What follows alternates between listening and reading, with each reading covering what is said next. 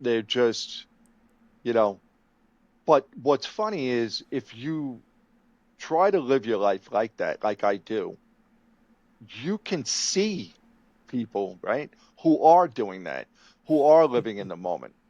Yeah. And it's refreshing. You know, that person that opens the door for you when you're walking into a store.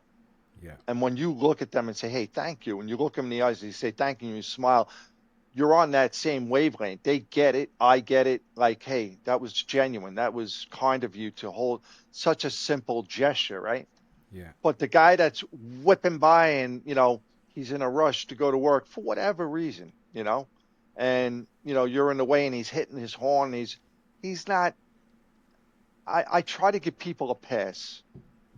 I don't Yeah. think they really, they're probably not like that with their family members, their friends, their neighbors, but strangers, it's just like everything's just a blur.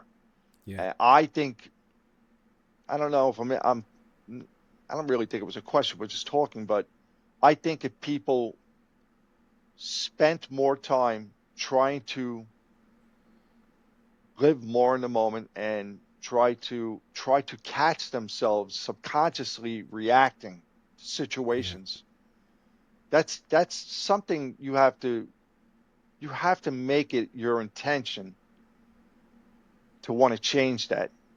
Yeah. And when you do that and you try to force yourself to subconscious, and there's little things that you can do to keep yourself consciously aware.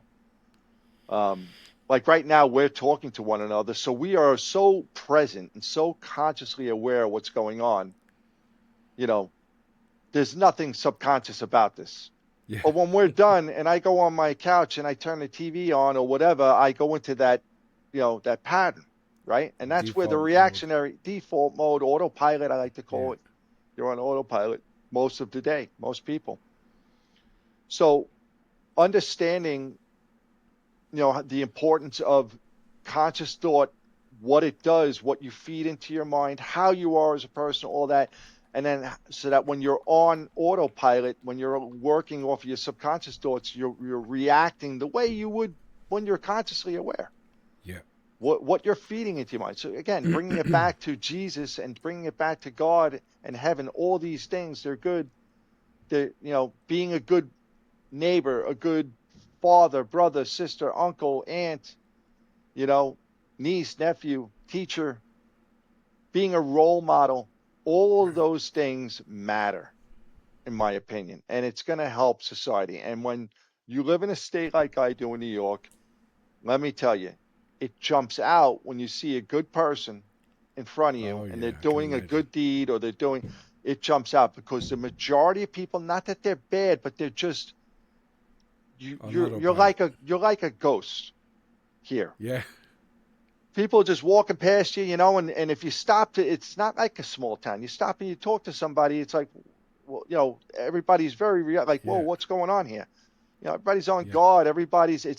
You know, so it would be nice to have people really try to live more in the moment. Yeah. And then just really get in tune with what's going on around them and the Yeah. importance of being a good person and all that. And it takes a commitment to being a good person.